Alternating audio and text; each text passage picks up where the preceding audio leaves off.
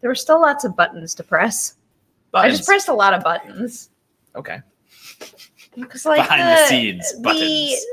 The new automatic intro thing is supposed to make things easier. Hello, everybody. Happy Friday. It's Friday. The haircut. I love hair. I could feel it. Every once in a while, because I have, oh wait, look, a picture of you popped up. You got short hair here, though. Short hair, Matt. I do the same. Gonna, like, when you open your phone. Play a thing. Yeah. Every once in a while, though, it'll give me a photo of you during lockdown with the long hair. And I'm like, whoa, that was the thing that happened. That was the time. Those were a period in all our lives where we all made choices and tried things, and mine was long hair. Let me style it. No, shouldn't have. No styling. I would have liked to have seen a style. Some people learn how to make bread. Some people learn how to make pasta. I grew my hair long. That's all I had. What the fuck did I do? The fuck did you? You worked. Yeah. You just kept doing your thing. I just kept doing the same thing for the most part. Did I not pick up We started a live stream. Yeah. Oh, no, we did that. Literally, we started a live stream. But I'm just trying to think. Did I pick up like a single hobby or try something new? I wouldn't say I picked up a hobby. I just kind of, I grew my hair out. We did our live stream. I think that's what I dedicated a lot of time to, of just, obviously we were doing our thing. We were all stuck inside and trying to navigate a still ongoing pandemic. So. Yeah. I picked up a new hobby now. Do you know what it is? When I did the ladies' night with Kate, she was telling me what was in her bag when she was on set directing, and one of the things was a Rubik's Cube. And she was explaining to me, because I was, I like to be good at things, and I can't fucking solve a Rubik's Cube. So she was explaining she keeps it on her because it helps center her and stuff. So I got one. But she was explaining how it's very algorithm based, and I'm like, I could do that where it becomes you're a machine figuring it out. So I haven't gotten to the point where it's relaxed or de-stressed me yet, because I can't fully figure out how to solve it. That's not de-stressing for me. I'm getting for there. Other people it is. Yeah.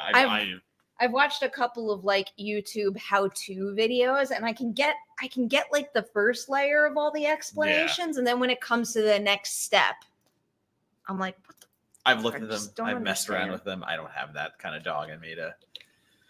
I'm determined. I'm gonna solve it. My relaxation. I was listening to a podcast of Pete Holmes before, and I love Pete Holmes. He's so funny. But he was explaining how he has hyper aggressive anxiety and stuff like that. So he listens to metal music, and that calms him down where it amps other people up. That's and not the first time I've heard that. That's me though. I listen to aggressive metal, and it gives me the calming factor. It doesn't spike my adrenaline. If you ever rip my headphones off at work, I'll be in an office setting and people think what do you listen to? And I'm hardcore. Please tell me no one's ever ripped your headphones off at work. No, they never have. But it's that funny thing in a sitcom or something where if someone unplugged it'd be blaring fucking Ice Nine. And what do you think it is about that kind of music that relaxes you?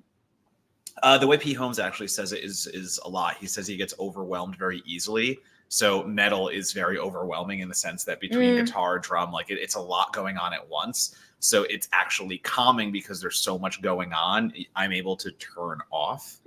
So that's, I'm going to be sitting here tomorrow trying to solve my Rubik's Cube while listening to metal music. It's actually, so the podcast just started.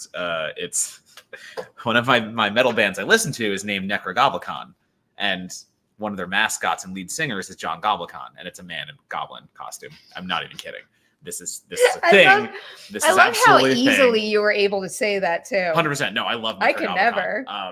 One of the songs they have is "Prince of the Land of Stench," and it's exactly what you think it is. They wrote a song about that. Anyway, so the podcast is John Goblicon in costume, and he used to do 10 minutes. What's the band called again? I just want to say Necrogoblicon. Necrogoblicon. Yeah, Necrogoblicon. And it used to just be him interviewing celebrities for 10 minutes, but they just started a podcast, and so now it's an hour-long episode of him talking to fucking Pete Holmes, and you could tell Pete Holmes had no idea what he was getting into, and it's so good. It's kind of cool. Funny. I like that. It's great. Huh.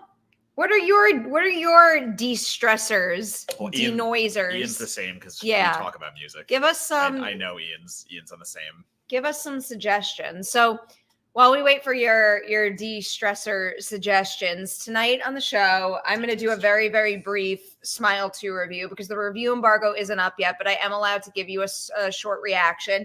Matt is going to review Terrifier 3, and then we're going to use the remainder of the time to take your live questions. So. Did you not see Terrifier 3? Sorry. Did No, I ask you this? Okay. Yeah. It was too late. I'm too old. I don't No. want to Yeah, see yeah. an 11-something movie that was likely to start 'Cause, late, like, and then it did. Have you seen 1 and 2? Yes. Okay, so you've seen 1 and 2. I'm not Yeah. the biggest Yeah, these are just Terrifier. curiosity questions because I was gonna say like you can easily get a screener for that if you want. I know. We can I I'll can get hold there. bigger conversations for if you Okay. want to do that. But I will gladly talk about it, and I think there's now that people are seeing it, I think it's a really interesting conversation to see how it's being received. Also, it's box office, like holy shit, like Oh, did it do well? I haven't even looked. 2.6 opening. Ooh. Yeah. Well. How many theaters did it have? Oh god, they have 2,500. I want to say 2,400 around there. Mm. I think it's tracking for about 18 million. Oh, it opened this weekend. Yes. So yeah, I can't be looking at box office. Yeah. Like a dummy. So again, it opened on Thursday previews with 2.6, 2.5, I believe. Which actually, like, I forget who tweeted it out, but like, Oh shit. yeah. So like, that's good money. it's good money, and like, especially for Cineverse, like thinking about all the movies like First Omen and stuff, it's being compared to, and like it's doing better. It opened higher on a Thursday than Smile, even I think. Smile's not this week. No, past Smile. Oh, So that's not really. So yeah. Like it's crazy. This is from Deadline Friday afternoon. Industry midday projections show Cineverse's Terrifier 3 to be the bigger clown at the box office this weekend, with an estimated Friday around 7.7 million for a potential 15 million plus 3-day at 2,500 theaters. It would be great. It would be great story for the business if a little movie like this can hold to this potential, and if it buckles, it's only because it's truly fan front loaded, which is a possibility. So I think that is true. Don't get me wrong. I'll hold Terrifier thoughts for later because I have thoughts on all of that. But like no matter what my thoughts on it are, it's crazy that Terrifier 3 is going to make this kind of money for Cineverse. That's awesome. I love that for them because like, even Neon is putting more money into a movie than, Cineverse is, and Neon doing something with Immaculate and making that much money, or Long Legs and being like, oh shit, they're killing it. Like Cineverse just coming out of like that movie. We know that they probably made that for what, 1 million, 2 million. Like we can tell it's really low budget. So they're going to turn quite the profit, and I'm very happy for them.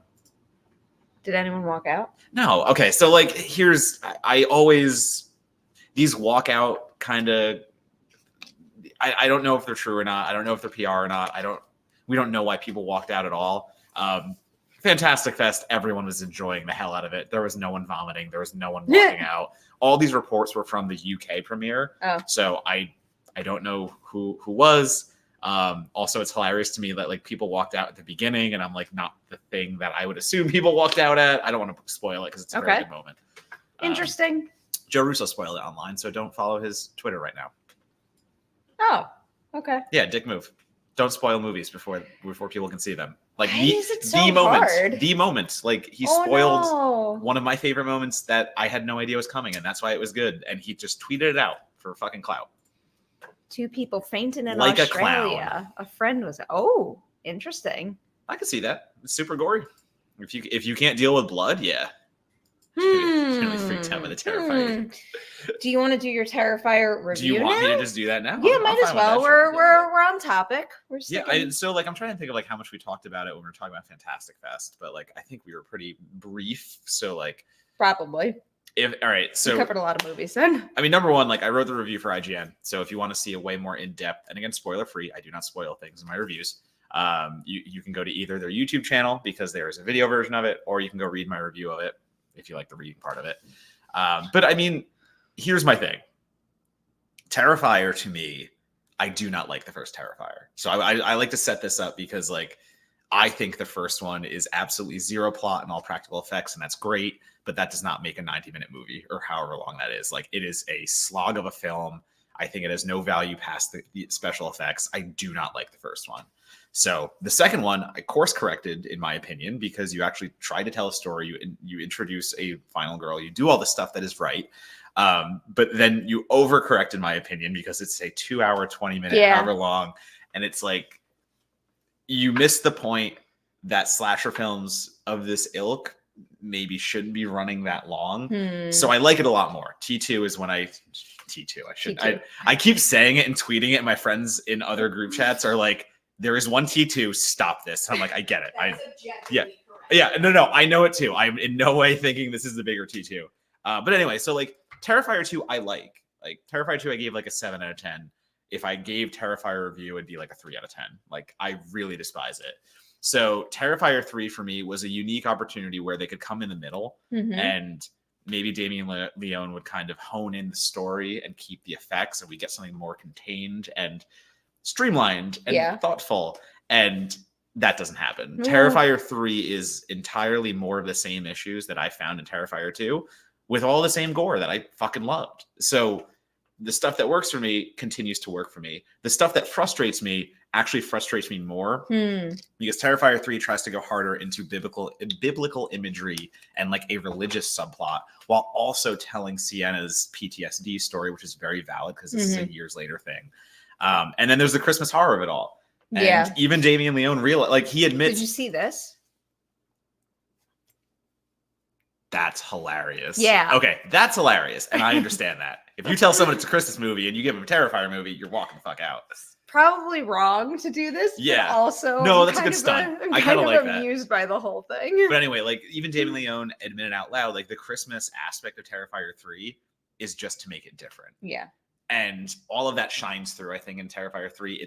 To me, it's lesser than Terrifier 2 because it's not as buttoned up. It's even crazier in the story, but what it's missing in that connectivity between the PTSD, which is over here, the Christmas stuff, which is for shits and giggles, and then the entirety of the biblical stuff over here, it never joins. You have a lot of really cool ideas that are explored half-heartedly and are a slop. Like the third act crumbles like Pompeii. It's not, and it's also really long. Yeah, 210. This one is like 210. So like it's so dumb because my review echoes so much of what I said already in Terrifier 2, and even I'm writing it because like I wrote the Terrifier 2 review for IGN, and I do the Terrifier 3, and I'm like, hey, go read my Terrifier 2 reviews for the complaints. I'm just going to try to keep it as fresh as possible. But man, do some of those kills rip. Like, I mean, there's no getting around it. What Damien Leone does as a special effects advisor, whatever you want to say, crafts worker, like what he is doing in the kills is some of the best stuff that's happening in slasher films right now. We are right back to the golden era of like the 80s and 90s and all that stuff. And you're getting the practical really hard. There is something involving a chainsaw that, again, I will not spoil. It is just one of, it's up there with Kill of the Year with In a Violent Nature. Yeah. So I cannot deny what is happening in that realm. Also, I always forget the name, so I am not going to butcher it, and I'm going to look it up. But you have, I think half the actors in this film are fucking killing it, and the other half are unfortunately not. And that is kind of where I differ with some people. Give me 1 second, just so I can do this properly. I should know this stuff ahead of time, but I'm, we're off the cuff. We're off the cuff here. So Lauren Lavera, what she is doing with Sienna, I think she's a tremendous actress. I think what the story asks of her sometimes is not great because of the scripting and what I talked about. Like Lauren's performance is doing so much with so little at some points, and it's frustrating to me because I want more clarity on what I just talked about, like bringing together all of the subplots here and giving her more of a direction, where 1 minute it is this like deeply emotional scene, then another minute she has this artifact from God, and another minute it's like all these things are happening so often. And like, I can see that she's selling everything that she has to sell, but at the same time, like it's kind of frustrating because she's tossed so many places and tossed around, and like, I just need it to be more cohesive. But again, David Howard Thornton. There we go. I always get the 3 names mixed up. David Howard Thornton is art. It's fucking peak entertainment. It is fucking Charlie Chaplin being a serial killer. It is everything you want to go through. Like the way that he is able to entertain us with nothing but his, like the miming of it all, with nothing but his facial expressions. I can't deny that. Like it's one of the most entertaining things happening in a horror franchise right now. So that like I'm up and down so much on Terrifier 3, and that evens out to like a 6 out of 10. Okay. But I wanted this to be tighter, and that's the frustrating part. Yeah. I wanted there to be learning from the last one, and what I'm getting is that they're making more and more money with every one. So why would they change anything? And that has me concerned for the next one. It's gonna be like 4 hours long or something. like literally that. Like I'll see it eventually. yeah, no, 100%. Like 6 out of 10 sounds like something that, I'll watch at home. It's a 6 out of 10, and again, like I think you appreciate the practical as much as I do. So like you're going to have fun with so much stuff. There's a custom Art the Clown song in there while he's murdering, and it's like a Christmas carol about Art the Clown as death is happening, and that is so good. So like that's the stuff that fucking kills. Somebody just said the humor is top notch. Like yes, the humor of the pantomime and the humor of the Christmas is what I think sustains the most. There's a bar scene where he gets the outfit, the Christmas outfit. Yeah. And it's so good. And then you come down on the next scene because then something like you get lost in a story beat that doesn't have to be there, that the movie itself abandons later. And like, again, anyone who says like, I saw some tweets being like, oh, like he's only getting better as a writer. Like, holy shit. No, he's in the Zack Snyder camp as I really want Leone to direct and be special effects on these movies and to let someone else write this story. I like that would actually excite me so much. You never know. Yeah, no. You never know. 100%. Like, again, this is his baby. God bless. Keep running with it. But well, if the movie makes as much as they say it is, it will. He's gonna keep running with it. That's without a doubt. Also, one shout out. Ian is correct here. So Ice Nine Kills made a song for Terrifier 3. Yeah. A work of art. It's so good. I love these idiots. Like just making their horror metal songs. Like. Go watch it. The video just came out. It's so good. At the very least, I'll watch that ASAP. I'll do this one first because I did not see it. Saoirse Ronan was great in the Outrun. Did you see it? I've been hearing great things about it, but I've not had the chance to watch it. For me, no. What I watched this week, I watched Caddo Lake. How was that?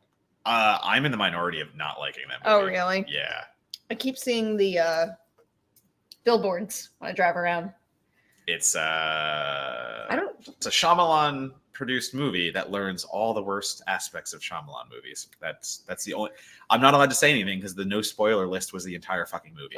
So my review is basically, hey, everything bad happens in the second half, and I can't tell you why because something happens that I can't reveal. It's whatever. Okay, I'm not going to bother with that. It's What's Inside all over again. So it was the greatest thing ever. This goes live tomorrow, so I can say it. I had Alicia Debnam carry on for It's What's Inside, and that's the first interview I've conducted since the Sundance one. So it was such a relief to be able to sit down and actually talk about what was in the suitcase. Hell yeah. I still can't believe I did a whole interview with that cast without being able to talk about the inciting incident of the movie. Like, I know. So that was Caddo Lake. I literally had to write that review. Can I go back to It's What's Inside? Yeah. Wait, did we talk? We did talk about this a little. I want to know what the point of that. Like, do you think it served them better having done that, or not? So this is what we were talking about a little last time, and I will go because we looked at the chart. I'm curious to see where it is on that chart. Wait, I actually have it bookmarked. It wasn't on the chart when I remember. I want to see if anything's changed. Perry's referring to the Netflix ranking chart because when we were talking about It's What's Inside last week, we lamented the fact that we could not, as critics, write about most of the movie because we were asked not to, and I said that did a disservice to actually selling the movie for what it is. It's number 7. Okay, so we looked up the chart last week, and Platform 2 was on top. But now Platform's gone. Right. So like actually maybe this is the better thing where but still no totally. Me. But that's the thing. It's What's Inside wasn't on the list of the top 10. So maybe Netflix, it's gonna come up this way. But I do think it did a tremendous disservice because again, I will say this much quicker this time. As critics, we have to sell a movie for what it is. And if I'm able to tell the people up front, this is a really bonkers body swap comedy that does the body swap stuff really well. Yeah. I think that's way more valuable than saying, hey, this was a fun movie. It's a fun movie. Like many things are fun movies, but why is it fun? It's a fun movie about a friend group reunion. That's literally all you're able to say. So yeah, I absolutely think it's a disservice. I think hiding the specificity of a movie and hiding what makes it what it is as critics, we should be good enough not to spoil that Mhm. past that. We should be allowed to say, dude, this is a body swap movie, but I'm not going to tell you more than that. Like, the thing that I'm still trying to figure out is how did hiding the inciting incident help it sell for 17 million? And then how did holding the inciting incident until summer, like, what was the point of any of, I don't know. I just can't really make sense of that decision. well, I can't make sense of most Netflix marketing campaigns because most don't exist. Well, at Sundance, it wouldn't have been a Netflix decision. No, because they didn't that is buy correct. it yet. You're right. So I'm just curious, like, why did withholding that information play a part in nudging it towards a $17 million sale? Don't know. Probably never know. And again, if Netflix did more with it to let people know it was actually Yeah. coming out, that'd be one thing. But they didn't even do that. So people didn't know what the movie was, and then they didn't even know when it dropped. So we'll just keep blabbing about it so everybody finally sees it. And maybe next week it'll Yeah. be number one on this. Watch it over the platform too, because I agree yeah. with Miro Domains. I like the start of the platform too, And like then the first I 10 still haven't minutes, and watched then it. it's bad. It's a bad After- sequel. It's an unnecessary sequel, and I've never said that before. I'm It's still fucking gonna watch unnecessary. it after Comic-Con. I wanted to go back. Oh, so like I was trying to think when you were telling me Mhm. what you watched this week. I was trying to remember what the fuck did I watch. I watched. So Yeah, go ahead. I watched We Live in Time, which Okay. I thought was Did you like great. it? Okay, I thought it cool. was really good. Did you see it? I did not yet. No. Andrew Garfield and Florence Pugh. Yes, it is really sad, but it's a movie that earns the tears, and it's also like it's a cathartic, loving kind of sad, if that makes sense. So I thought it was quite good. I saw Nickel Boys, which I'll talk about on FYC. I really want to see that. I did think that was really good. I liked the two lead performances in it quite a bit, and also I liked the perspective cinematography that they Nice. play with. I thought that was really well done, and I'm looking forward to talking about that one more through award season. On Wednesday night, God, this was Wednesday night. This feels like just yesterday or like a million years ago. On Wednesday night, I saw a thing called Delusion. Oh, you lived a thing called Yes. Delusion. You didn't see it. I was part of it. I was part of about to say something that I guess would be a spoiler if someone goes and I experiences mean, I don't it. think anyone's going to come to LA for Delusion if they're like. Should I say don't give a shit. Yeah, we should I can say talk- my favorite We can part? absolutely talk about Delusion.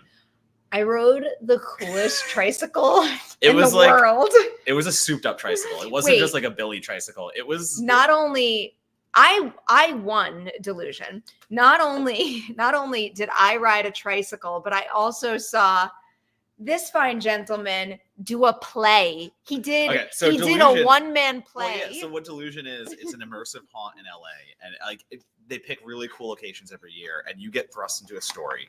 So the story this year was a mental asylum. Don't ask me to explain the story. I'm going to do it very quickly. It's a mental asylum, and we are all ex-patients who are ghosts.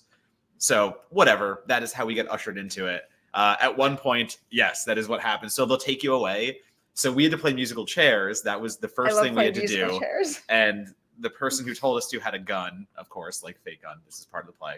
And so I lost and another girl lost. So since we lost, we had to get taken away. The girl got put on a piano and I got put on a stage, and I had to act out a play over a dead body with the actress of the scene. And our whole group It's so got to good. watch it. It No, was it's so great. magical. But that's the cool thing though. Like we're walking up a staircase and being led by like the host at that point, who is like one of the like I think orderlies.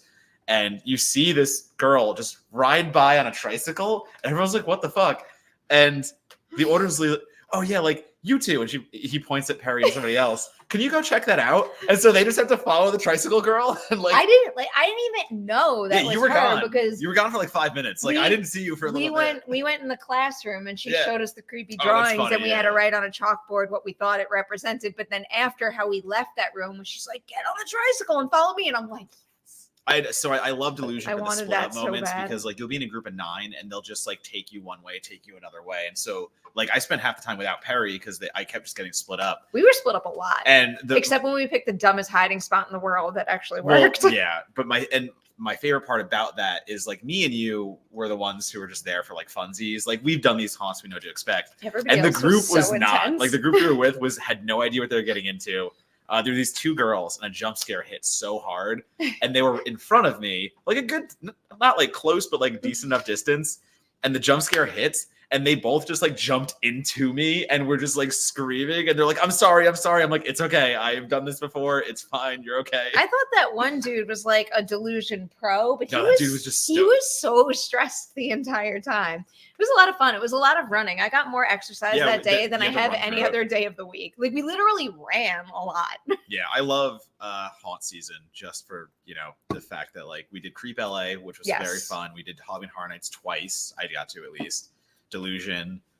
So like I hit all the big ones in LA. I like being in those Pretty good about. environments. Yeah, so do I. Immersive's cool. Yeah. If you have the chance to do like an immersive haunt, don't be too afraid of it. I think a lot are getting really good at the storytelling. Mhm. I also just thought the performances in the Creep Yeah, one were absolutely. so good, like exceptionally good. Yeah. There was one other thing. Oh, you know what else I watched? Because I'm binging a lot of stuff for New York Comic Con. Yeah. I watched The Penguin, or most of it. Hell yeah. It's really I've heard good. from everyone it's very good. It's not like I doubted it, but I don't know. If I'm being completely honest, I am feeling like a bit of the superhero fatigue with certain brands. I'm Because always like it doesn't sound open-minded, like- but I'm always open-minded and I will watch. Definitely forgot to close Slack. I'm always open-minded and will watch and give anything a chance. But again, if I'm being honest, the itch to run to those shows and films is like a little less for me than it used to be. But I couldn't turn that show off. I like burned through almost every screener I have in like 3 days, I think. And again, I think like superhero fatigue fits a certain formula of superhero content, whatever you want to call it, where like the Penguin is not that. The Penguin is something that is way more criminal underground, way I more guess like so, yeah. it's not. I think the way to get out of superhero fatigue is to just use superheroes in a different way, and I think we are seeing that again. Like there's a transition for stuff like the Penguin, where absolutely, let's What do a that. like fascinating character. It's so weird to me how he's so bad. Like he does such terrible things, but like I'm still like I'm so confused at moments whether I'm rooting for him or not. And Yeah. like that kind of complexity really has just, I don't know. It's like I find it like mesmerizing and fascinating. Do you know what I watched this week? What'd Finally, you watch? Strange Darling. Tell me everything. Oh, it's good. Okay. It's. I good. was getting nervous for a second. I'm gonna be honest. I don't think I am with everyone's love of it. It is very good. Giovanni Ribisi fucking killed the cinematography on that. It's a stunning movie. And I very much like the shakeup. I will not spoil the film if you haven't seen it yet, but I like the storytelling aspects and how it goes out of order for certain reasons. Yes. Performances are very Yes. Gallner and everyone in that is doing very well. Yes. But yeah, I thought there was something about it where it acts like it's such an unseen concept, and yet it felt familiar in ways that were wishy-washy to me. Oh boy. It's just Good, very good movie. Yes. I'm not solid 3.5. I would not have- I would not- solid 3.5. I can't get to 4. I can't get to 4. I can't get to 5. Take a deep breath. It'll be okay. I respect your opinion, Oh, friend. thank you. Let's answer this question. Kim says, watching a horror movie a day this month. Started with Elm Street and just finished Final Destination franchise. Any recommendation? Love from Montana. So much. Horror movie a day this month. Okay, so if you're doing the Elm Streets and the Final Destination franchise, I'm gonna try to go hopefully with things you haven't seen yet. So so the other thing I've been watching this week, fucking like a bulldozer just washing over me. I've been watching haunt season horror movies. Oh, yes, how I yes. describe them, and literally I think I've seen about 10 in the last 3 days. And how I describe haunt season horror is any horror movie that has to deal with like a Halloween haunt or something that is where it takes place. Your Hell House LLC, your Hellfest, your Bloodfest, anything like that. So if you're asking for recommendations, I think a really fun, I want to say 4 films. I will give you 4 films in that kind of subgenre. And if you haven't seen Hell House LLC, that is I still have to so watch that. good. Hell House LLC is one of my favorite found footage movies, one of my favorite Halloween haunt movies. Like that is upper echelon. The Houses October Built is another one of those. Houses October Built is in the vein of Hell House LLC, but more realistic, where it's these extreme haunt people who just want to go to the best, and they find one that is more than they bargained for. Let's say it that way. The Funhouse Massacre is super indie, but it's a bunch of it's one of those movies that takes a bunch of like genre veterans and lets them just be goofy, silly. And it is a Six Flags kind of Fright Fest atmosphere, and all their mazes are based off of like killers that are in universe real, but the real killers get out of an asylum and they take over all the mazes, so they just start murdering people and no one knows, which is great. And then I think my third, like I'm just going down the list. Hellfest. Yeah, I think Hellfest has to be mentioned in there too. Quite like Hellfest. That's my 4. Hellfest is great. What's the one that you were telling me you had to watch the other night? Remember, it was on your list. Was it Haunt Season? There's a bunch. I feel like it's with one word. I will. Was it? I'm gonna. If you said it, I would know it. Yeah. You were talking a lot about it. I made a letterbox list, so that's easy. Going to my letterbox. Going on my list. All right, listies. I feel like it might have started with an H. There is my entire. Oh. And it is ranked right now. If you follow me on Letterboxd, you can find the list. There's like 30 movies. At Donato on Letterboxd. No, I don't. I mean, Haunt's there. Was it Hurt? Might have been Is Hurt. that the one? Hurt is one that did not vibe with me as much, but because that's one you watched this week, right? I did. Yeah. I think it might have been that one because like one word and H is like sticking out in my brain. Hurt was interesting because it's basically about like they try to do too much. A couple basically goes to a haunt, and the husband or boyfriend, I forget how they are a couple, but he's home from military and some PTSD kicks in, and she is like a super horror fan, and she says something during the haunt that gets her targeted. So the whole movie is directed by a producer on The Strangers, and you can very much tell he's trying to do The Strangers again, but his way with a haunt, and it is nowhere near as good. It is slow as hell. It never figures out how to do The Strangers in that environment. So Hurt is one that if you want to try, go for it. Okay. Again, Haunt's on the list. Beck and Woods are on the tongue of everybody right now. Haunt is another one that didn't work for me, but it worked for a lot of other people. So I'm going to start from the top and go down. Yeah, start top, go down. All right. We did this one. Wiley's next. More spooky movie thoughts from you on old movies. Go. Fear, Urban Legend 2, and Sleepy Hollow. Also, Happy Death Day to You and Fright Night 2011 are my favorites. I get so much hate for Fright Night 2011. I like that movie. Oh, I say it's better than the original, and I get a lot of hate for that. Right. Yeah, I don't know if you're right on that, Matt, but I think they're both good. I think they're the both original. good too. Don't get me wrong. The OG is quite good. I don't know. I vibe with the 2011 one a little more. But yeah, all those movies listed. Urban Legend 2, I haven't seen in a goddamn long time. I don't think I ever saw Urban Legend 2. Sleepy Hollow is just good vibes. Yeah, I like Sleepy Hollow. That's creep vibes. That's I feel like because of these years, but like, and also because I think about this movie all the time, I'm just gonna go to The Faculty. I think you should watch this. I was just watching something very recently. I was rewatching that recently. Like, this reminds me of The Faculty. What the fuck was it? I can't. Because I made that comparison in my review. Oh my god, you didn't even say that. No, I didn't say it to you. Yeah, oh wow, you are so right. It feels like The Faculty. Yeah. Huh. It does. It does. Yeah. If you don't know, Ick is the new movie from Joseph Kahn. I liked it. Playing festivals right now. So yeah. I did like it too. I enjoyed think it. it's fun. It's fun. It's a good time. It's Joseph Kahn doing the Blob his way with a bunch of 2000s needle drops. Yeah. And those needle drops made me very happy. There is a Creed needle drop in this movie. Yeah. One of the best of the year. It's also a very good Creed line of dialogue. I enjoyed that. Hey Amelia. What? Can I have a White Claw? After you're praising Joseph Kahn? Yeah. I was sure you were gonna like push your buttons about Ick. I know. So I texted her. I think Ick will be the first one she likes of Joseph Kahn. Yeah, it feels like such a likable movie to me. Yeah. It's just fun. It's a low lift kind of just. Joseph Kahn made a movie for his daughter, basically, as he describes it. Yeah, like it feels like really good. There was a horror to me. That's what he was trying to do, and there was a little bit in his intro where he's like, "No one's making movies like this right now." I'm like, "Dude, there's so many gateway horror movies being made right now. Like, I don't know how to tell you this, but also great. If you're making a movie for your daughter, I think that's very good. What do you need to say? Joseph Kahn is a hack who can't direct, and he hates pit bulls.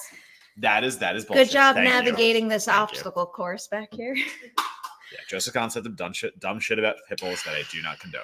And he's a bad director. He's not a bad director. He's a terrible director. He can direct music videos just fine, though. He's fine. So Caleb's here. We know what that means. Yeah, but I don't want to talk about it. Yeah, no, Amelia, you should want to talk about it. What? Fantasy football time. Why should I want to talk about it? Didn't you beat him by like a fraction of the point? No, I did. Oh, I beat fuck, it was Amelia. the other way It was the other around. way. Okay, wait. Fantasy Okay. football is my favorite thing ever. God, I'm in big trouble because this week. I beat Amelia last week. We were within. It was my Fractions. worst week. I don't give a shit. I still beat you. I did. I'm aware. I beat her on her worst week, but it was one of those like it's the most fantasy football scenario possible where we were within a point of each other, and all I had was my defense left, and it's the end of the game, and there had to be a miracle for them to win. I was So watching. the only reason I beat Amelia is because whichever team was on offense did one of those stupid ass, let's throw the ball around until we can Mhm. see if we can get a miracle. And they fumbled. Yep. So my defense got 2 points for the fumble. So I beat. Like, Lovely. it's the dumbest shit. It's the dumbest shit ever. There were Yeah. literally like Yeah. 15 seconds left in the game. Yeah. I watched to It the was end because I crazy. wanted to see how that resolved for you two. So Fucking fumble recovery. That's how it resolved. I'm not doing well in Patreon. Like that league, I'm having a rough go. I'm literally, I have 4 leagues and I'm 3-2 in every league. So I am at a turning point for all of my leagues. I really need HM to like get me some real I mean, is he still points. injured? Well, I guess maybe, but they have the bye this week, so I So can't he really should be- depend on him. He'll come back. Also, like, it doesn't help that I'm playing Christy, who is just like fucking Yeah, crushing it this Christy's season. one of- She's yeah, 5-0 Christy's one of the best. and feels like Fuck you, untouchable. Christy. We respect your well drafted and crafted team, No, Christy. I'm a Good good- job. Yeah, I'm a competitor. Fuck you. Yeah, no. You stole Autumn Ross's back from me. That'll never You stop. pissed off a Lions fan, Christy. I'm bad for turning. Okay. Who's Owl Demons? I don't know people's. That's Hoshi. Hoshi, got it. So I got Hoshi this week. Hoshi's been doing better than I thought he was going Oh yeah, to. I Because have. he when he drafted, there were like a Yeah. couple of decisions that I'm like, I don't know about that. And then I played him, and I think he might have beat me in the league. I think that was one of my losses actually. Hoshi is very poised to beat me because I have both Justin Jefferson and Jalen Waddle on bye. So I'm So not doing great. here's a question. So I thought I was going to be in the red in the Critics League, but it's just because they announced that Neighbors is out. Yeah, Malik's Who- got those concussions, even though he's going to concerts. What? He was Really? just spotted at a Travis Scott Oh. concert, which It's a choice. listen, live your life, but at the Yeah. same time, What about what? Your sentence is stupid. What? I don't know. If I had a concussion, I might Why stay can't you go home. to concerts? sensory things, loud noises. No, There's- what? Who should I swap in his place? Braylon Allen, Antonio Gibson, DeAndre Hopkins. Really? Stevenson just Oh, went out. never mind. Yeah, I just Stevenson just saw went he's out. on the uptick. Well, that Yeah. settles that. That's Gibson. Thank you for that tip. Oh, so I could swap him in the other. I have him in both leagues. I just traded in my dynasty league. Oh, I already have him for rostered. Stevenson, and then he got injured the first week I had him. What's with the Giants running backs? Uh, Is Singletary not, coming not back? To be trusted. What? No, to be trusted. I picked No, up. with Singletary coming back, I don't know. What Oh they're no, gonna no, do. no. Is he coming back? I Do we think so. know? I think he's coming back, so I'm not sure. Well, it was nice for 1 week. Oh, there we go. Sorry, we had Kim in the chat. I just was curious. Where? Lost Boys, absolutely. I'm just seeing if there was. There we go. See, look, Kim immediately. The faculty. Hell yeah. I'm so happy you get to experience that for the first The Gallows is good. time. You're all fucking wrong. I don't care. This is one of my like I never even watched defendable The movies. Gallows. I remember covering it heavily leading up to release, and then for some reason I never watched it. The when Gallows it actually came out at a time where everyone was done with found footage I'm because never done with found well, so footage. that was the thing. Like everyone was frustrated by it. Nobody wanted to like get another found footage movie. So this came out, and everyone kind of hated on it. And I'm sorry, it's perfectly capable as a found footage horror movie. Is it amazing? No. Is it a solid 3 out of 5? Absolutely. I just yeah.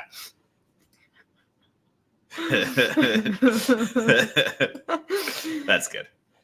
All right. Well, All right. Should I do a smile? We missed one. I Oh, we think. did? There was one more. My bad. My No, bad. it just came in. Oh, Okay. Karen. Love thank you. You're the Substance interviews. Just Good saw job. the movie and loved it. Love The Substance. I love The Substance, obviously, but I think that was probably one of my favorite interviews I that's did cool. all of last month. They were really cool and felt like a good I chat. feel like if you make a movie like that, you have to be a certain level of cool. Yeah. Like, sorry, that is just.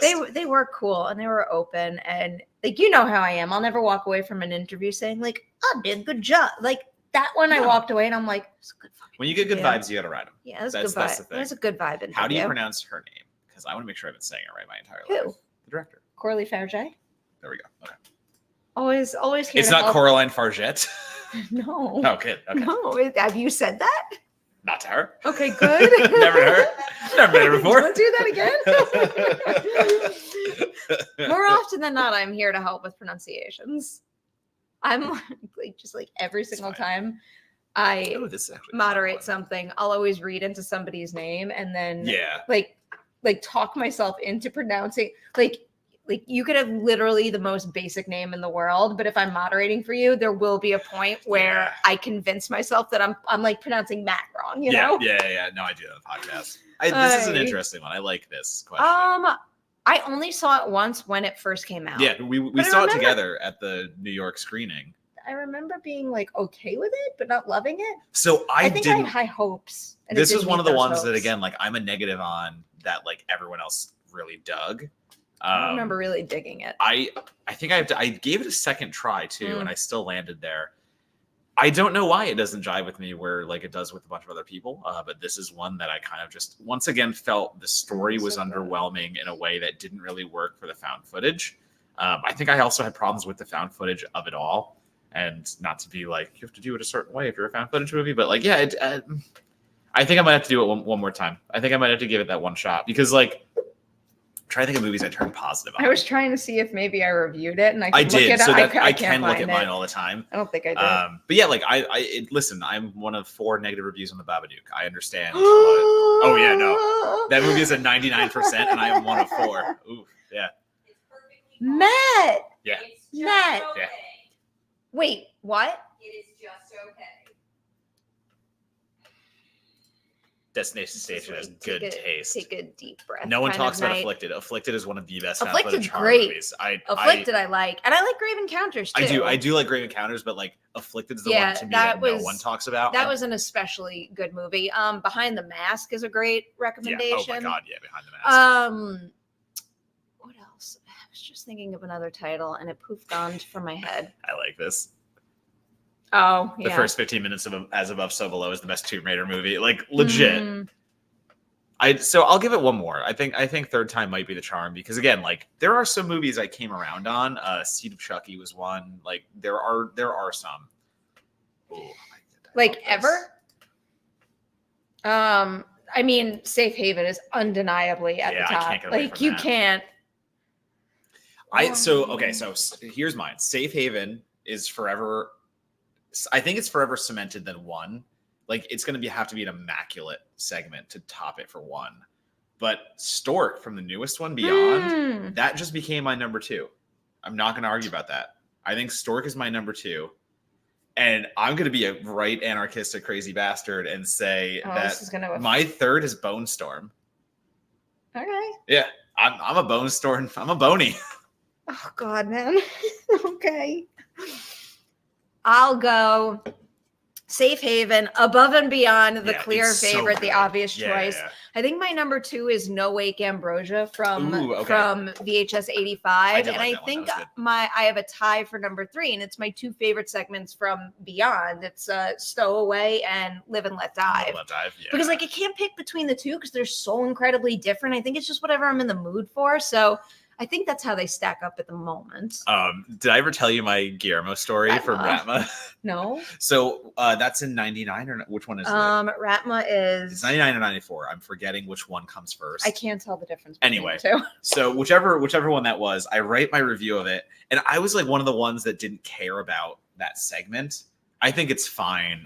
The Hail Ratma thing Oh, I like it. caught on and I stuff like like that that. one quite Whatever. a bit. But in my review, I wrote that. So Guillermo, the PR rep, was giving me shit hilariously. I love Yes, Guillermo. playfully. This is a playful story. And straight up, the one he pulled a quote from me for the PR blast to come later because I started the festival. And my quote in bold on top is just "Hail Ratma," and it is. He's correct. It's in my review, so he pulled it correctly, and I was like, "Cameron, you son of a bitch!" And he just sends me back. He's like, "Ha ha ha ha." Okay. I like PR reps who are able to have fun. Yes. That is As good. do I. As do I. And the team that works over there is one of the absolute best. Absolutely. What do we not do? Oh, my Smile 2 reaction. Talk about Smile 2. Yeah, so this is my Smile 2 reaction. It is a reaction. I'm not allowed to review it yet, so I am kind of rehashing what I said on social media. I love this movie. I said this in my tweet. It goes so hard, and it really does. I am not overselling that. And I know we talked about this a little bit. My hopes that it being centered on a pop star, giving it a little bit of a fresh feel. So, you know, like franchises should grow, you get more of the same, but they also add and do something different. Right. That literally panned out exactly as I hoped. You get more of the curse and the way it functions that you really dug in the first movie. But then the fact that she is a pop star managing fame and other pressures completely changes the whole, like the vibe and like the themes that they're able to explore using the curse. And this is above and beyond my favorite performance from Naomi Scott. Like Sosie Bacon is so good in that first one. Like you could see her giving really every single ounce of herself and then some. And now the same is true here of Naomi Scott. There's points in this movie where I'm just looking at her on screen. I'm like, how are you doing? How does someone willingly put themselves through that? It's really some next level stuff. And visually, so you know how a lot of sequels love to use the phrase like bigger and better and blah, blah, blah, all blah. that stuff. Right. This actually does it and does it well. Right. You could just see that, you know, Parker Finn got more resources and he also wanted to up his game, and he uses those resources really effectively to take some more bigger swings, like filmmaking wise. There's a couple of like just really exceptional sequences in this movie. I can't wait for everyone to see it. I cannot recommend it enough. I'm excited. So like I was pretty middle of the road on Smile. I think it had some really good scares, but it didn't like blow me away. So like the head. Yeah. So where's again, where's my head falling off photo from? I have it. Sorry, I didn't send want it. that. My bad. I'll send it later. But I yeah, wasn't channeling Smile. It just made me. No. So like I am happy to see it goes bigger and harder. Like I'm going into it just like tempering a little bit of expectation because I didn't love Smile. So like I'm trying to like keep that in mind. I don't want to oversell it. Yeah. I do think you're really gonna like this.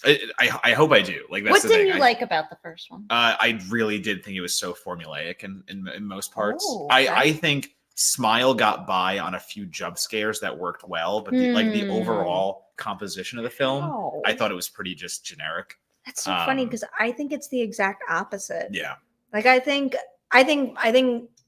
Parker takes, you know, what could be like, oh, just another like high concept for a horror movie. And I think the movie is kind of like bathed in his cinematic style and it makes it feel uniquely his own. I did not get that. So I got the opposite from it basically. But like, again, like that is just how I felt about it and that. So that's why I'm still tempering a little bit of like, I'm seeing the excitement for it. Yeah.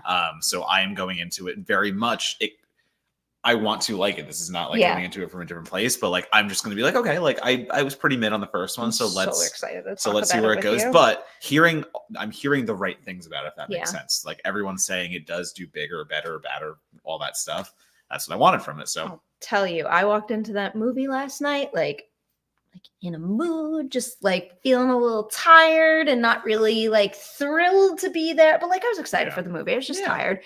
I walked out like charged the fuck up. Mm-hmm. I did. All right. I really liked it. I can't wait until we can all talk about it together. Yeah, I see it on Tuesday before I go back to the motherland. I expect a text. Yeah, no, Please and thank you. It'll be a fucking tweet too. Who's got questions? We got 10 minutes before Din Din time. 10 minutes for Din Din time. It's Perri endorsements, everything I need. Ask us anything. It's October. Give us spooky questions. I thought you were I reading love somebody's thing. I'm like, who said that? so every October I like try to do the like one movie a day. Sorry, Yeah. one horror movie a day for October. And this October I'm like, I'm not even gonna try it because I always fuck up somewhere. I always miss a day or something like that. So literally, I just look back on like how many of these haunt scare movies I've seen and like what I've watched, and I'm already at like 15 horror movies this month alone. And I'm like, so the one time I'm not trying, I'm like just fucking destroying the barrier for that. Yeah, really. Yeah, I'm like, oh, okay, cool, yeah. I feel like if I did do the one a day thing, like ultimately I would watch way more movies. Like I'm literally At 1, random 2, 3, times. 4, 5, 6, 7, 8, 9, 10, 11, 12, 13, 14. Yeah, what's today? The 12th? The Or 11th. the 11th? I'm at 14? Hell yeah. Do you like Joko Anwar movies? Have you ever seen Satan's Slaves? Have you ever seen No. Well, okay. Yeah, but I have. What else? Well, okay, there's Satan's Slaves, there's Impetigore, there's Satan's Slaves 2. He's also written Queen of Black Magic. Yes, that's what I'm Okay, so you thinking saw of. that was a chemo movie, but Yeah, like yeah. he wrote that. Anyway, so Netflix just dropped his last one. Once again, Netflix not promoting any international horror that they drop. Oh, like a new one? Oh yeah, 100%. Oh. His new movie Grave Torture just dropped, and it is one of my favorite kill scenes of the year. I do think it's his weakest horror movie so far, but the weakest Joko Anwar horror movie is still like much better than most, I would say. Like it's a solid 3.5 out of 5 for me, but man, like this dude just gets creepy imagery so much, and the way he is able to integrate like the cultural aspects of like coming like Indonesian cultural horror, but doing it in a way that is still so universal and so like appealing. There's some good folkloric shit in there. So if you don't know what grave torture is basically the idea that you must pay for your sins when you die, and it is the like, without trying to reveal too much because that is very much part of the story, but you know, someone doesn't believe it, so they want to try to prove like, you know, if I kill myself or if I go to the grave with all of these resentments and things and like what I have done, like do I really have to pay for eternal punishment? And like he goes there, goes places that are the end. Like the last 10 minutes of this movie are bonkers. So if you're looking for something that is you might not have heard of, Grave Torture. Also, I See Mothman. Did you see Daddy's Head? Fantastic. I didn't. I missed that one. Daddy's Head is creepy as hell. I'm not gonna deny that part of it. I also think the way it handles folkloric, it's more Irish folklore. But the way it handles the folklore of it all, story's a little of it all over the place. Like if you're one of those people who needs a very linear story, you're gonna be a little lost with Daddy's Head. But you're here for the scares. It's Halloween season. That's what you want. And yeah, Daddy's Head has some really good imagery. The way it's called Daddy's Head because this is not a spoiler. It's a movie about a stepson and mother trying to both at the same time come to terms with the death of Daddy. And there might be a mimic in the woods that has Daddy's head. And that is the whole that's the whole movie. So yeah, there's a lot from Fantastic Fest that I missed that I need to circle back around for. The only one I actually did circle back around for was Memoir of a Snail, which is not a scary movie, but but it's very good. I was gonna say it was very good. That was it was absolutely really good. Anyone with an appreciation for stop motion animation needs to rush to see that as soon as you possibly can. Best vampire movie? Yeah, I was just about to click that. I feel like there's things that I'm not thinking of this quickly, but I friggin' love 30 Days of Night. I could watch that movie over and over and over again. I think I have to stick with Bram Stoker's Dracula. Just as my favorite. But the one I'll rewatch over and over again, and my like number 2 is From Dusk Till Dawn. That From Dusk Till Dawn is one of my favorite movies. A good deal as well. It's just one of my favorite movies ever. So that's there. I can't get away from that one. We need a new vampire horror movie. I feel like that. Has there been? I tried, but it was real bad. What? Salem's Lot. Oh, Salem's Lot. Fuck. I still haven't watched it. Salem's Lot is so generic, it's painful. I haven't. It's just the Spark Notes version. I don't know if I'm gonna watch. Not even a Spark Notes version. Like Lost Boys is quite good. Lost Boys. Abigail. Abigail's good. I like Abigail can't a go lot. love. I can't go love on that one. I like Abigail a lot. No, I'm- I loved Abigail. I literally thought it just- was really damn I logged good. a vampire movie, and I'm trying to just. Oh, Salem's Lot. That's the one I logged. Vampires. Because I'm like, hold on. Fuck. We've definitely Every gotten time I some. watch you like searching your letterbox, I'm like, I should. So just this is do why I it use right. Letterboxd. I'm not even. I It's know. easy for me to like. I can just now go to release date first, and now it's going to organize all my. 1 year, I'm gonna keep my New Year's resolution and do one. We don't need a new vampire movie. We need more people to watch Interview with a Vampire on AMC. Ah, I'll Interview take with that. a Vampire at Yes. AMC. There, that is very fair. Yes. It's also now on Netflix. Oh yeah. If you want, okay, here's two Surprised that's not two fire. indie vampire movies of recent enough that I think is pretty decent. Bit is pretty interesting. Oh, Nosferatu is coming. Mike's right. Well, no, Nosferatu is coming. Bit worked for me. Also, there's a movie called The Transfiguration that I think is beautiful. Why do I know what that is? It's one of the Fessenden Glass Eye Pick family Oh, films, okay. and it's just about kids in Brooklyn and vampires, and I think it's quite nice. I think it's pretty fucking good. I'll take quite nice. Yeah, I'm trying. You're right. Like, we really haven't had a knockout vampire. no, I horror think film in a little Abigail bit. counts in my book at least. I can't go knockout. I think it's good. I think it's very good. Yeah. My issues with that we talked about. It's too long and it's the story. Yeah, Agree this to is disagree episode. This is what I was talking Bit. about. I like Bit. It's Let the fantastic. right Go look it up. one. Also, again, Afflicted is one of my favorite vampire movies too. It's I can't stress how much I love Afflicted. Yeah. I would go to bat for that. I still vividly remember what that poster And two looks like. filmmakers who never did anything again. You're right, aren't Derek Prowse and Cliff Lee have never did anything. I don't know if they had a falling out, but really? Like not even solo? no. I love how I'm like, you just told me the answer and I'm still looking them up. They did like an episode of Oren Paley's The River or something, and that's Oh, yeah. I Like, remember when that was a it. thing. That might not even be true, but they did like an episode of one thing. But Yeah. they did Afflicted, and like Afflicted fucking rules. It does rule. I quite like that movie. I need to do so for my remake column. I think my next one has to be Let Me In and Let the Right One In. I've never actually written about both of those two, and I think that'll be an Oh. interesting one. Both good movies. Yeah, That's a so great so remake. that's why. Yeah, What else we got? is Sinners gonna be about vampires? I have no idea. Sinners looks freaking good though. Is there a trailer or something that I haven't watched? I don't. Yeah, the Ryan Coogler. Michael Oh, I know what you're talking about. Jordan. Yeah. It takes me a minute. It's a real story. It's not a real story. They did a very good job selling Afflicted. It is not real though. What else we got? Just trying to think of like random-ish. Man, like I just had to give like well, number one, so I'm re-updating my Collider Best of Horror list. And I've had a lot to add. It's been a pretty damn good. Best of horror This of all year, time. this year. Oh, No, I sorry, was this like, year. what's the parameters? But like, okay, so like my top three was so locked with Exuma, Infested, stop motion. and Stop Motion. But now, right in that shakeup is The Substance takes over one. I think I've come to terms with The Substance is my favorite horror movie of the year. It's What's Inside comes up pretty high. Yeah. I don't think it breaks that 3, but I think it's like the 5 now. I feel like I'm gonna regret saying this out loud because then I'm gonna think about all the things I have forgotten. But It's What's Inside definitely feels like it's my number one. Stop Motion is up there. I do think Smile 2 is gonna be Smile 2 is gonna be up there. I have not seen it yet, so I cannot confirm. You said something. The Substance is like Substance. I think The is just Substance my is one. probably number 2. And Okay. and like I only rank it that way because It's What's Inside is likely going to be the one that I get into like obsessively watching over and over and over, which I tend to like. Abigail will be up there. I feel like there was something else I mean, that came out earlier this year that didn't do great that I Earlier this really year? loved.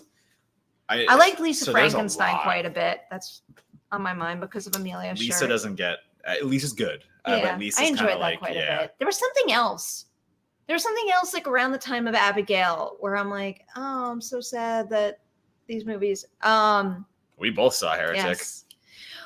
We don't agree on that one either. Also, again, in the uber minority on that one. Yeah. Heretic's got a solid 90 something, I think, and I'm one of 3. I looked it up. One of 3 negative. It's me, Lindsay Travis, and one other person. I've seen Heretic twice. I liked it the first time, and it gets even better the second time.